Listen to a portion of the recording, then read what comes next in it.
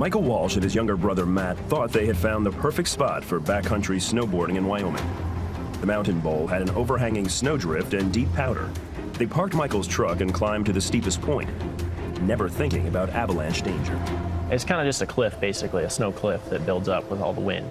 And as it blows, it just kind of curls and curls and curls and just builds up a big ledge. Well, we were sitting right on the edge of it. The original plan was we were both going to go down at the same time. I don't know why I changed the plan. He was already strapped in, and I had one binding strapped in at this time. And I looked over at him, and I was like, "Hey, Matt, what are you waiting for?" His brother Matt jumped off the ledge and hit the slope below, triggering a massive avalanche.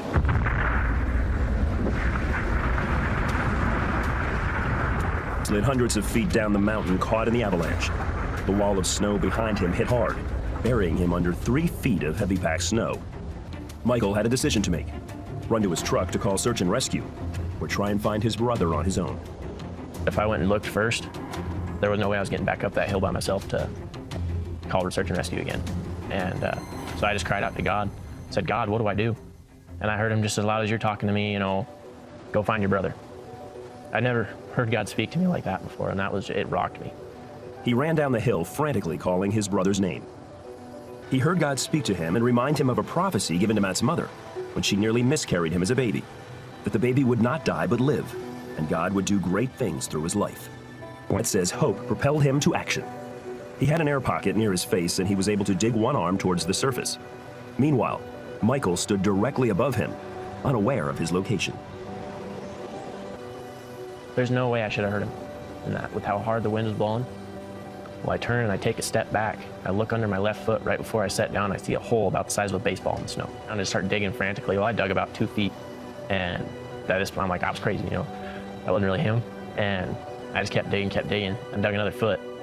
And I could see the Oakley symbol on his jacket that I just bought him like a week before that. And I dug to his face, and I could see his face that he was still alive and okay. I started crying like a baby. I was so happy, but so scared all at the same time. He spent the next half hour digging Matt out of what could have been a snowy grave. They say it was only by God's grace that they made it out alive. He led me right to the spot where Matt was. I didn't know where he was. I had no idea which direction he was, the way it swept him, And to leave me dead center on top of him, that's not coincidence. Everything was just fell into place, just perfect. God met me there and was standing there and held my hand all the way down that and kept me safe and him safe. I think I survived because God has a bigger plan for my life. He has big things in store for me, that God would rescue me from this, that he would work it out in a way that we both come out okay.